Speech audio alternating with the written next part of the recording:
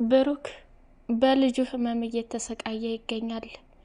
ማህሌት ደግሞ የብሩክ ሚስት ወይንም የምሳሌ የእንጀራ እናቷ ለምሳሌ መድኃኒት እንዲሰጣት እሷ ደግሞ የተገዛውን መድኃኒት ተመሳሳይ አድርጋ ከእህቷ ኤፍራታ ጋር መክራ መድኃኒቱ ተቀይሮ እንዲትሰጥና ምሳሌ በሞት ተለይታ ሀብትና ንብረቱን የግሏ ለማድረግ ዋጋ እየከፈለች ትገኛለች።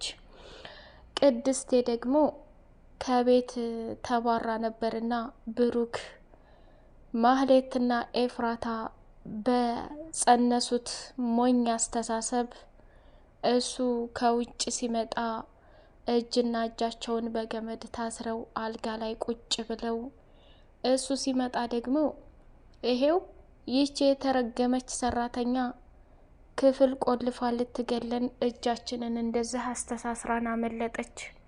አንተ ጋ ግን የተናገረችው ነገር ሌላ ነው። እባክህ አሁን ፍታኝ ብላለችው። ከዛ ብሩክም ደግሞ ማህሌት ቅድስት ያደረገችው ነገር እውነት ነው? እንዴት ልታስራችሁ ቻለ? እያለ እነሱን መጠየቅ ጀመረ። ኤፍራታና ማህሌት እንግዲህ ብሩክ እንዳምን ካደረጉት በኋላ በገመድ የታሰሩትን ከተፈቱ በኋላ የመጨረሻ ውሳኔ ወሰኑ። ማህሌት ይህች ልጅ ሳትቀርምሽ መቅደም አለብሽ። ዛሬ የመጨረሻ መድኃኒቱን ቀይረሽ ከዚህ ዓለም ላይ ማሰናበት መቻል አለብን። ምሳሌ ከሞተች ላንቺ ሁሉም ነገር ቀላል ነው። ምንም አታስቢ፣ እኔ ከጎንሽ አለሁኝ። ይህን የመሰለ ሀብትና ንብረት መኪናና ቤቱን ለዚች ለማትረባልሽ ተብሎ እንዴት ሊሸጥ ይችላል? የነገ ህይወትሽን አታስቢም እንዴ? እያለች አለቻት። እንግዲህ ቤትና መኪናውንም እንዲገዛው የተደረገው የገዛ ጓደኛዋ ግሩም ነው። እሱም በስልክ እያወራች ሳለ ቅድስት ደግሞ ማህሌት ከስልክ ጋር ስታወራ የነበረውን ቪዲዮ ቀረጸች። እሱን ለምን ቶሎ ብለሽ ለብሩክ አሰጪውም? ብሩክ ግን አንዳንዴ ማህሌት የምትለውን ነገር አምኖ ይቀበላል። ከዛ ቅድስት አለችበት ቦታ ሄደና አይኔን ልመን ወይስ አንቺ የምትይኝን ጆሮዬን ልስማ? እኔ እኮ እቤት ቀጥታ ሲሄድ ቤቱ ተቆልፎባቸው በገመድ ታስረው እየተሰቃዩ ነው ያገኘሁት። ቅድስት ይህንን ካንቺ አልጠብቅም። እኔ እኮ እንደዚህ እስከ ዛሬ ስህተት የምታደርጋቸውን ነገር ለልጄ ምሳሌ ስል ነው የቻልኩት እንጂ አንቺ እኮ ከሚስቴ ጋር ለማለያየት ብዙ ነገር እያደረግሽ ነው ብሎ ተቆጣት። ጋሼ እርግጠኛ ነህ? እንግዲያውስ አደራ ምሳሌን አንተ ጠብቃት። ማህሌት ብዙ ጊዜ ልትገላት የተመረዘ ምግብ እየመረዘች እንዲሁም ደግሞ በብልቃጥ መድኃኒት እየሰራች ብዙ ጊዜ ስጠብቃት ኖሬያለሁ። ከአሁን በኋላ ድርሻው ያንተ ነው። እኔም እዛ ቤት ዝቅ ብዬ እየሰራሁ ያለሁት ለምሳሌ ስል ነው። ከአሁን በኋላ ቤትህም አልመጣ ብላ ተሰናብታ ሄደች። ብሩክም በስተመጨረሻ በተናገራቸው ንግግሮች ራሱን እየቀጣጣ ይገኛል ማለት ነው። ምሳሌ ደግሞ አለባብሶ ወደ ትምህርት ቤት ሊወስዳት ምሳሌ ቁርስሽን መብላት አለብሽ፣ መድኃኒትም መውሰድ አለብሽ እያለ ልጁን ሲለምናት እሷ ደግሞ ፈጽሞ ቅድስት ካልመጣች ምግብም አልበላም፣ ትምህርት ቤትም አልሄድም፣ መድኃኒትም አልወስድም። አባዬ ምንም ይሁን ምንም እኔ ቅድስትን እፈልጋታለሁኝ፣ ቅድስትን አምጣልኝ፣ ያለሷ መኖር አልችልም እያለ መጨቃጨቅ ጀመረች። እሺ በቃ ምሳሌ እናቴ ምግቡንም ብይ፣ እንዲሁም ደግሞ መድኃኒትሽን ውሰጅና ወደ ትምህርት ቤት ልውሰድሽ፣ ከትምህርት ቤት ስንመለስ ቅድስትንም ይዘናት እንመጣለን ብሎ ቃል ገባላት። ደውልላትና እኔ ላናግራት፣ እኔ ነኝ ብያት እሷን ቢያትልምና እሺ ካለችኝ ምግቡንም እበላለሁ፣ ወደ ትምህርት ቤትም እሄዳለሁ፣ መድኃኒቱንም ወስዳለሁ ብላለችው።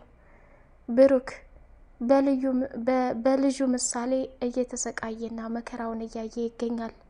በጎን ደግሞ ያገባት የልጁ የእንጀራ እናት ለሀብትና ለንብረት ከእህቷ ጋር እየተንገበገበች ምሳሌን ለመግደልና እንዲሁም ደግሞ በምሳሌ በኩል የማይሳካላት ከሆነ ራሱ ብሩክን ለመግደል ከእህቷ ጋር ወሰነች። ሰላም ሰላም! ውድ የተከበራችሁ የቻናሌ ቤተሰቦች እጅግ በጣም አስተማሪና ተወዳጅ የሆነው እውነት ለመናገር ሁላችንንም ያስተምራል በእንጀራ እናቷ የምትሰቃየዋ ምሳሌ አባቷ ደግሞ ወላጅ አባቷ ብሩክ ለልጁ ሲል መከራና መስዋዕትነት እየከፈለ ይገኛል። መቼም ሁሉም ሰው ወዶት ሳይሆን የእንጀራ እናት በህይወቱ የሚያጋጥመው ከሚወዱትና ከወለዱት ቤተሰቦቹ መኖር ጠልቶ ሳይሆን አጋጣሚ ሆኖ ይሄ ነገር ይከሰታል። ለኛ ደግሞ ወደፊት የሆነ አጋጣሚ ቢከሰት እንደ ምሳሌ ብንሆን እንዲሁም ደግሞ የማህሌትን አይነት እጣ ፈንታ ቢያጋጥመን በእንዴት አይነት መልኩ መወጣት እንዳለብን ያስተምራል። ብሩክ ለልጁ ምሳሌ ሲል ብዙ ዋጋዎችን እየከፈለ ይገኛል። ሀብቱንም ንብረቱንም ሽጦ ውጭ ሀገር ለማሳከም ብር ጎሎት ደፋ ቀና እያለ ይገኛል። ምሳሌ ደግሞ አባቷን ብዙ ጥያቄ አበዛችበት። አባቴ ቤቱን የቀየርነው ለምንድን ነው? ቀለም እያስቀባንና እያሳደስን ሆነን ነው አላት። አመነች። ከዛ አባቴ ሐኪም ቤት እጄ የምታከመው ለምንድን ነው? መቼ ነው የምታከመው? በፊት የሄድኩበት ሐኪም ቤት ነው ወይ እያለች በተደጋጋሚ መጠየቅ ጀመረች። እንግዲህ ምሳሌ ያለ ቅድስቴ መኖር እንደማትችል ተናገረች። በስተመጨረሻ ማህሌት ደግሞ ቤት የሚገዛውንና መኪና የሚገዛውን ሰውዬ ተደጋግሞ በስልክ አወራችና ያንን ደግሞ ቅድስቴ ቪዲዮ እየቀረጸች ነበር። ብሩክም ተውጭ ቆይቶ ሲመጣ ቅድስት ፊት ለፊት ቪዲዮ እየቀረጸች ማህሌት ደግሞ መኝታ ክላስ ስልክ እያወራች ትገኛለች።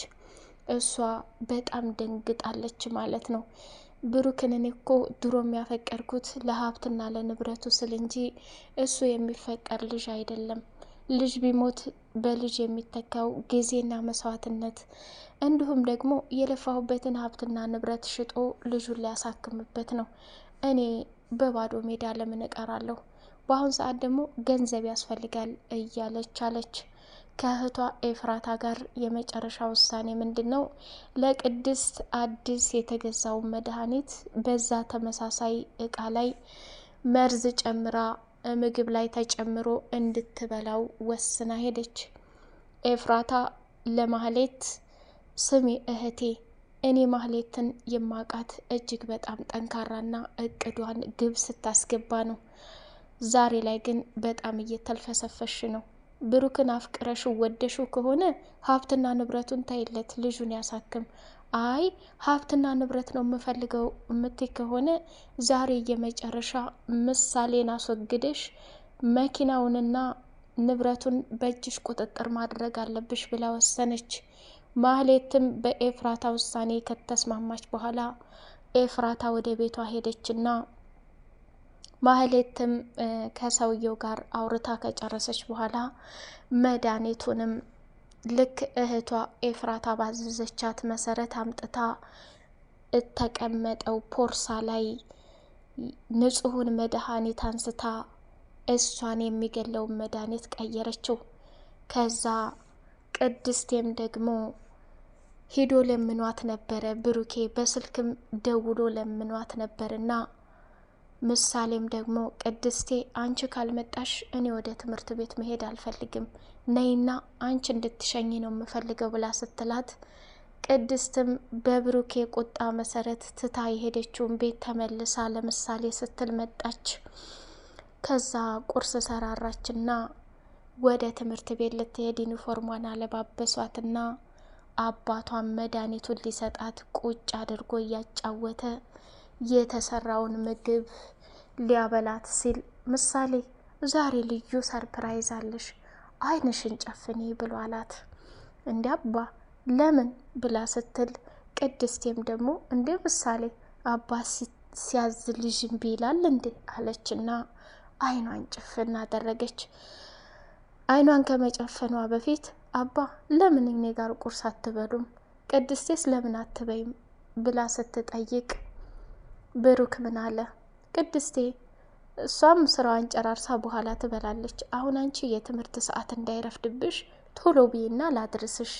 እኔም ደግሞ ታውቂያለሽ በፊትም አልለመደብኝም ቁርስ አርፍጄ ነው የምበላው አላት። እንዴ እማዬ በፊት እንደነበረች ቁርስ በጧት አልነበር እንዴ ሰርታ የምታበላን ብላ ስትል ቅድስቴ ሳቀችና የትኛው እማዬ ብላ ስትል አይ እኔ ሳልወለድ አባዬ ሲያወራ ሰምቼ ነው ነው እንዴ አለችና ሳቀች። በይ አሁን ወሬ አታረሻሽ አይንሽን ጨፍኜ አለቻት።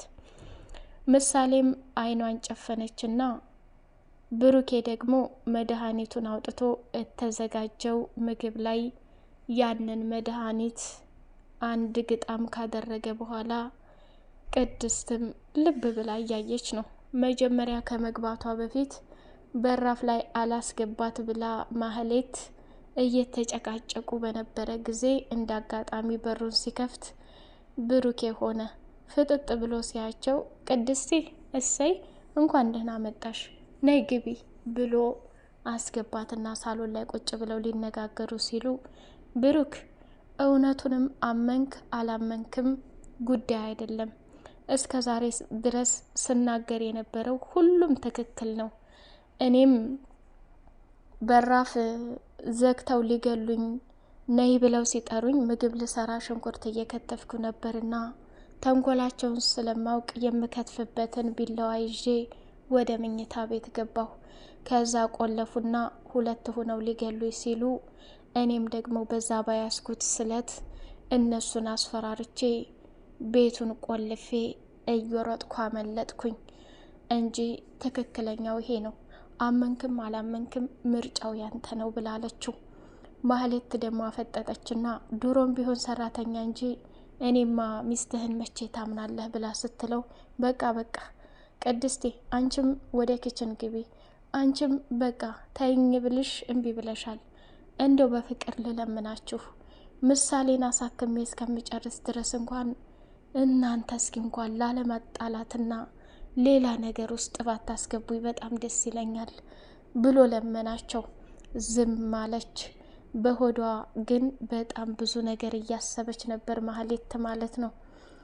ከዛ ያንን ቁርስ እንግዲህ በልታ ስትጨርስ ምናሴ ለማስመለስ ሲታገላት ሳለ አባቷ ፍጥጥ ብሎ ማየት ጀመረ።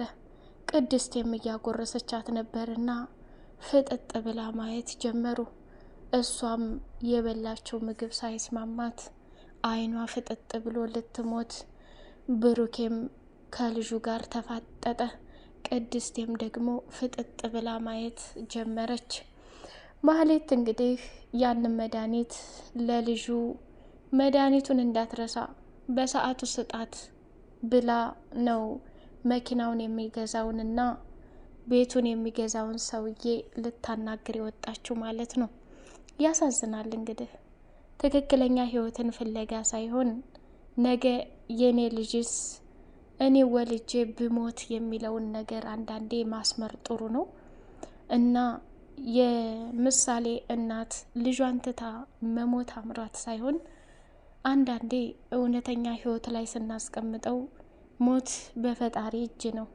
ምድር ላይ ለቀረው ደግሞ የተሰጠውን ጊዜና ሰዓት ተጠቅሞ በመልካም ቢሄድ እጅግ በጣም ደስ ይላል። ግን ማህሌት ያደረገችው ነገር ነገ በእኔ ቦታ ልጅ ወልጄ እኔ ብሞት የሚለውን ብታሰምሪበት እጅግ በጣም ጥሩ ነው። እህቷም ደግሞ በጣም ተመሳሳይ ያለ ባህሪ ነው ያላቸው። እሷም ክፋት እሷም ክፋት፣ በቃ አንድ እንኳን ወደ መልካምና ወደ ጥሩ የሚያስብ የለም። እንግዲህ ቅድስት እንደተዘናጋች እሷን ባባረራት ኑሮ ያንን መድኃኒት ሊቀይሩት ሲመካከሩ ከእህቷ ኤፍራታ ጋር እንደምንም ብላ ትሰማ ነበር ቅድስቴ ማለት ነው። ግን ይሄንንም ደግሞ እንዳያደርግ ብሩክ በውር ስለታወረ ብቻ እነሱ ማህሌትና ኤፍራታስ እንደዚህ ናት ብለው ቅድስትን ስላለ ብቻ እነሱን አምኖ እሷን ማባረር የለባትም ነበረ። ምንም ቢሆን ግን ምሳሌ ቅድስትን ብቻ ነው የምትወዳት። በስተመጨረሻም ይሄ ነገር ተከስቷል ማለት ነው። ውድ የቻናሌ ቤተሰቦች እውነት መቼም ተደብቃ አትቀርም። አሁንም ቢሆን ምሳሌ ምንም ነገር ሳትሆን መጨረሻ ላይ ግን ይቺ ማህሌትና ኤፍራታ የእጃቸውን ማግኘት አለባቸው ማለት ነው። ወደ ቻናሌ ቤተሰቦች ላይክ ሰብስክራይብ እያደረጋችሁ አበረታቱኝ። በቀጣዩ ፓርት እስከምንገናኝ ሰላም አለይኩም ወራህመቱላሂ ወበረካቱሁ።